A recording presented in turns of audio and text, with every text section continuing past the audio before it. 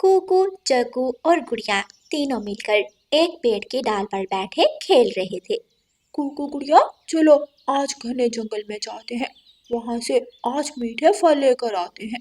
नहीं, हम घने जंगल में नहीं जाएंगे। नहीं, हम घने जंगल में नहीं जाएंगे, क्योंकि मेरी मम्मा ने हमें वहां जाने से मना किया है। गुड़िया बहन, चलो चलते हैं, जल्दी वापस आ जाएंगे। एक शर्त पर जाएंगे, पहले मम्मा से पूछ कर आएंगे। फिर तो आपकी मम्मा आपको कभी भी जाने नहीं देगी। कुकू भाई, हम दोनों मिलकर मम्मा को मना लेंगे, वो मान जाएंगी।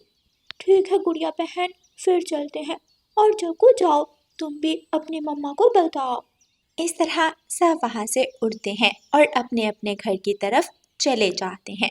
कूकू और गुड़िया घर की तरफ जा रहे थे। रास्ते में उन्हें कीकी मिल जाता है। कूकू गुड़िया, कहाँ जा रहे हो तुम दोनों? हम आज सब मिलकर घने जंगल की तरफ जा रहे हैं। गुड़िया कीकी को सारी बात बताती है। ठीक है, तो फिर मैं भी अपने घर जाकर अपनी मम्मा को बता कर आता हूँ। फिर मैं भी आपके साथ जाऊंगा। वो सब वहां से उड़ते हैं और अपने घरों की तरफ चले जाते हैं। कूकू और गुड़िया जब दोनों घर पहुंचते हैं तो उनकी मम्मा घर में नहीं थी। गुड़िया बहन, अब मम्मा तो घर में है नहीं। अब हम कैसे मम्मा को बताएंगे? अगर मम्मा का इंतजार करने लगे तो शाम हो जाएगी। नहीं होती शाम, हम थोड़ी देर इंतजार करते हैं, मम्मा आ जाएंगी। गुड़िया और कूकू दोनों बातें कर ही रहे थे कि रानू चिड़िया अपनी चोंच में सूखा दाना लिए घर आ जाती है। कूकू और गुड़िया, आज आप दोनों इतनी जल्दी घर वापस आ गए, पहले तो आप शाम में घर आते थे। मम्मा, आज हमारा मीठा फल खाने को दिल कर रहा था। बच्चों, लेकिन मैं तो सूखा दाना लाई हूँ, कल मैं आपको मीठा फल ला दूंगी। मम्मा, क्या हम आज अपने लिए मीठा फल खुद ले आए जाकर? क्या क्या कहा तुमने? मम्मा, आज हम सब छोटे पक्षी मिलकर मीठा फल लेने जा रहे हैं। हम जल्दी वापस आ जाएंगे, हम आपसे इजाज़त लेने आए हैं। शाबाश मेरे बच्चों। कुकू गुड़िया, मुझे बहुत अच्छा लगा कि आपने मेरा इंतज़ार किया और मुझे बताकर कहीं जाने का फ़ैसला किया। जाओ मेरे बच्चों, लेकिन शाम होने से पहले पहले वापस आ जाना। कुकू और गुड़िया खुश हो जाते हैं। उधर जग्गू भी अपनी मम्मा को इसी बात के लिए मना रहा था, लेकिन उसकी मम्मा नहीं मान रही थी। मम्मा, जाने दे मुझे घने जंगल। हम वहाँ की सैर करके जल्दी वापस आ जाएंगे और मैं आपके लिए मीठा फल भी लेकर आऊँगा। क्या? मीठा फल? सच में? हाँ मम्मा, वादा, मैं आपके लिए मीठा फल लेकर ज़रूर आऊँगा। वहाँ एक बहुत बड़ा पेड़ है, मैं वहाँ से ढेर सारे फल आपके लिए लाऊंगा। ठीक है, फिर जाओ। अगर तुम मेरे लिए फल ना लेकर आए तो रात को घर में नहीं आने दूंगी, बाहर ही बैठे रहना सारी रात। जग्गू जल्दी से अपने घर से निकल जाता है। मम्मा, जाने देना, मैं जल्दी वापस आ जाऊंगा। जग्गू भी तो जा रहा है। नहीं, जग्गू तो है ही एक नंबर का आवारा पक्षी, मैं तुम्हें कभी भी उसके साथ नहीं जाने दूंगी। इतने में उनके दरवाजे पर दस्तक होती है। लूसी दरवाजा खोलती है।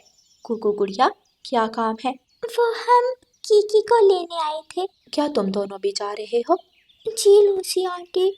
अच्छा तो ठीक है, कीकी बेटा जाओ, तुम भी चले जाओ। कीकी खुश हो जाता है। वो सब वहां से उड़ते हैं और जग्गू को साथ लेकर घने जंगल की तरफ चले जाते हैं। वो सब बहुत तेज उड़ रहे थे। थोड़ी ही देर में वो सब घने जंगल में पहुंच जाते हैं। वहाँ हर तरफ बड़े बड़े पेड़ थे। वो सब एक घने पेड़ के नीचे बैठ जाते हैं। यहाँ तो हर तरफ बड़े बड़े पेड़ हैं, यहाँ हमें मीठा फल कैसे मिलेगा? चलो थोड़ा आगे जाते हैं, शायद वहाँ से हमें मीठा फल मिल जाए। अगर मैं मीठा फल लेकर घर ना गया तो मेरी मम्मा मुझे घर में आने नहीं देगी। जग्गू की ये बात सुनकर सब हंसने लगते हैं। वो सब वहाँ से उड़ते हैं और थोड़ा आगे जाकर देखते हैं कि वहाँ एक मीठे फल का पेड़ था, लेकिन उस पर कोई भी फल नहीं था।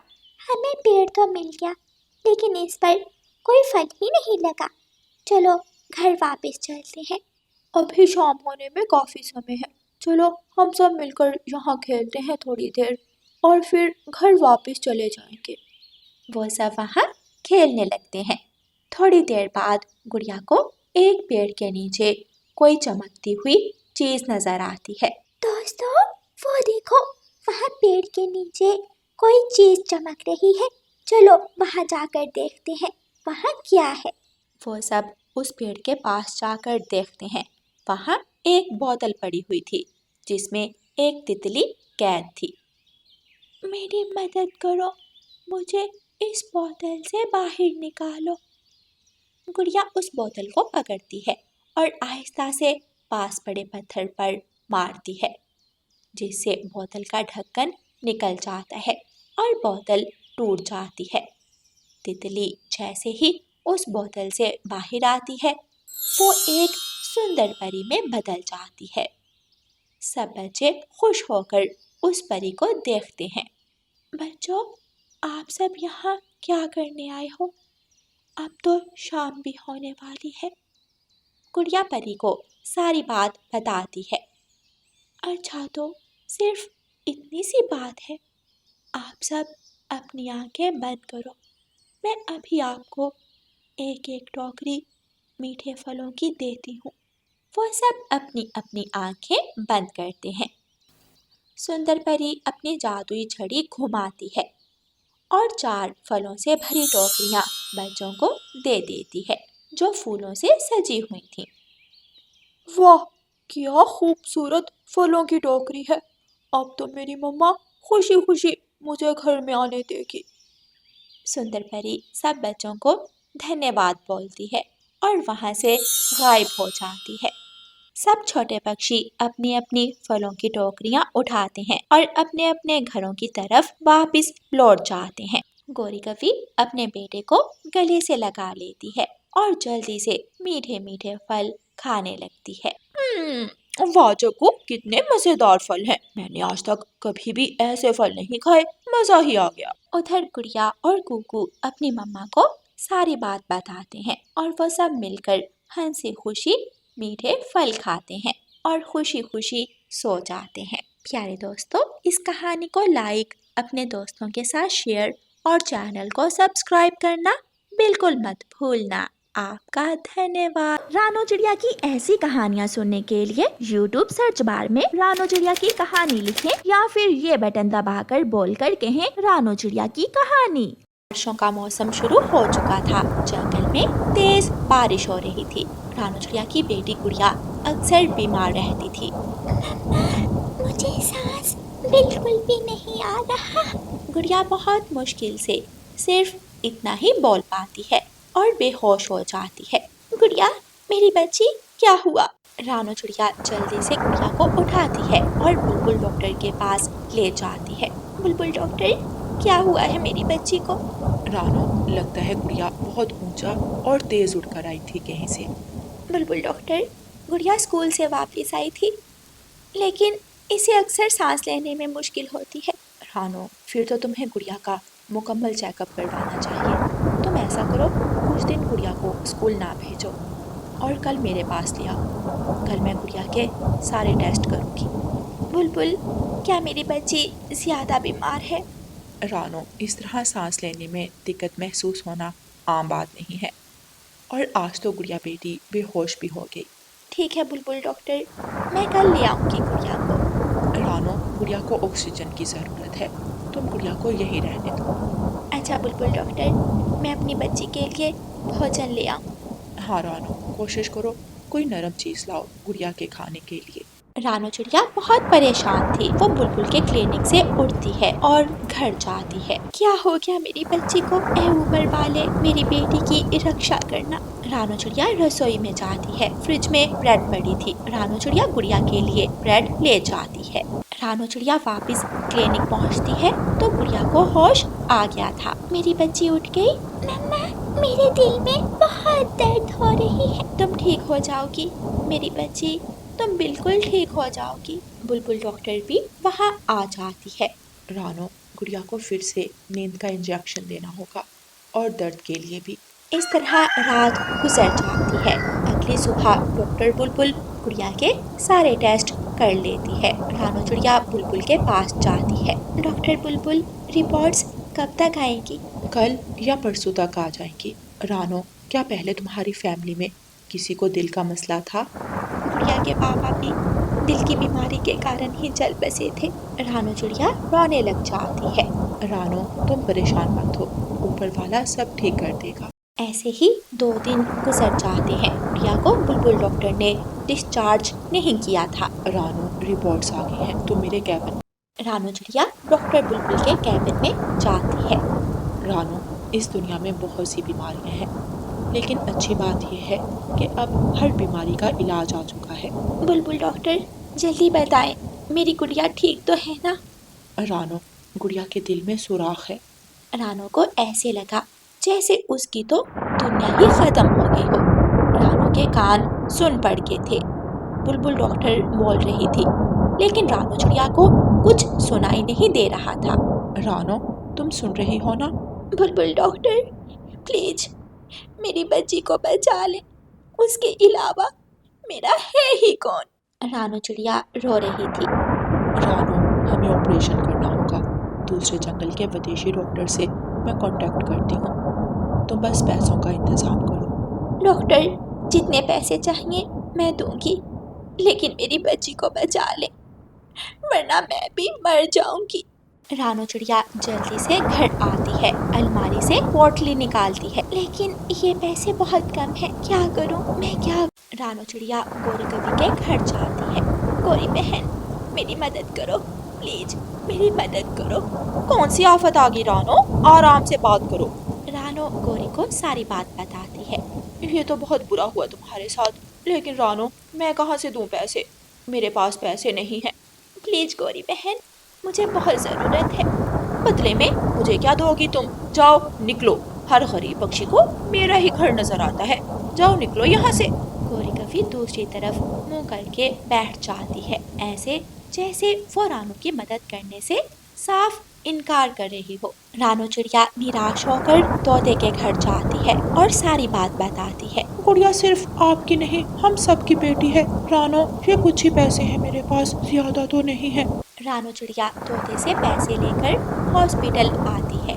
विदेशी डॉक्टर भी पहुंच चुका था। बुलबुल डॉक्टर, मैं पैसे ले आई हूँ, प्लीज ऑपरेशन शुरू करें। ये चंद पैसे, इनसे क्या होगा? चिड़िया, पैसे लाओ पैसे, वरना मैं ऑपरेशन शुरू नहीं करूँगा। आप शुरू तो करें, मैं पैसे जमा कर लाऊंगी, प्लीज। मुझे मेरे पूरे पैसे चाहिए, तभी ऑपरेशन शुरू होगा। रानो बेबस थी, वो इससे ज्यादा कुछ नहीं कर सकती थी। रानो चिड़िया हॉस्पिटल से बाहर आ जाती है और घने पेड़ के नीचे बैठ जाती है। तभी वहाँ एक परी आती है। रानो चिड़िया, क्यों निराश हो? परी जादू करती है, वहाँ एक सुंदर सा बड़ा घर बन जाता है। परी जी, मुझे घर नहीं चाहिए, मुझे बस मेरी बच्ची की जिंदगी चाहिए। रानो, इस घर के सबसे बड़े कमरे में जाओ, तुम्हें इस बात का जवाब मिल जाएगा। परी गायब हो जाती है। रानो चिड़िया जल्दी से उस घर के बड़े कमरे में जाती है। उस कमरे में एक बेड पड़ा था, वो बेड पैसों से भरा पड़ा था। ऐ ऊपर वाले, तेरा शुक्र है। रानो चिड़िया पैसे लेकर हॉस्पिटल जाती है। ये ले डॉक्टर साहब पैसे, प्लीज अब ऑपरेशन शुरू करें। डॉक्टर गुड़िया को ऑपरेशन थिएटर में ले जाते हैं और ऑपरेशन शुरू करते हैं। रानो चिड़िया बाहर बैठी इंतज़ार कर रही थी। ऐसे ही काफ़ी समय बीत जाता है। विदेशी डॉक्टर बाहर आता है। चिड़िया, ऑपरेशन कामयाब हो गया है, लेकिन गुड़िया को होश नहीं आ रहा। क्या? ऐसे कहकर डॉक्टर चला जाता है। रानो चिड़िया रो रही थी, अपनी बच्ची के लिए दुआएं मांग रही थी। डॉक्टर बुलबुल वहाँ आती है। गुड़िया को होश आ गया चिड़िया, ऑपरेशन कामयाब रहा। रानो चिड़िया की जान में जान आती है। अगली सुबह रानो चिड़िया गुड़िया को अपने नए और बड़े घर ले आती है। मम्मा, क्या ये हमारा घर है? हाँ मेरी बेटी, ये हमें परी ने तोहफे में दिया है। तभी रानो चिड़िया के दरवाजे पर दस्तक होती है। रानो चिड़िया दरवाजा खोलती है। बाहर कालू कौवा और गोरी कवि खड़े थे। रानो, हमारा घर टूट गया, प्लीज हमें अंदर आने दो। रानो गौरी की बात का जवाब नहीं देती और दरवाज़ा खुला छोड़कर वापस गुड़िया के पास चली जाती है। इस चिड़िया का दिल कितना बड़ा है। गौरी, कुछ सीखो इस चिड़िया से। वो चाहती तो उस दिन का बदला आज लेती तुमसे, लेकिन उसने ऐसा नहीं किया। कालू, मैं पहले ही बहुत शर्मिंदा हूँ, अब और बातें ना सुनाओ मुझे और चलो अंदर। दोनों कौवे घर के एक कमरे में चले जाते हैं। गुड़िया अब ठीक हो गई थी। रानो चिड़िया गुड़िया के पास बैठी गुड़िया से बातें कर रही थी। रानो चिड़िया बहुत खुश थी। प्यारे दोस्तों, इस कहानी को लाइक, अपने दोस्तों के साथ शेयर और चैनल को सब्सक्राइब करना बिल्कुल मत भूलना। आपका धन्यवाद।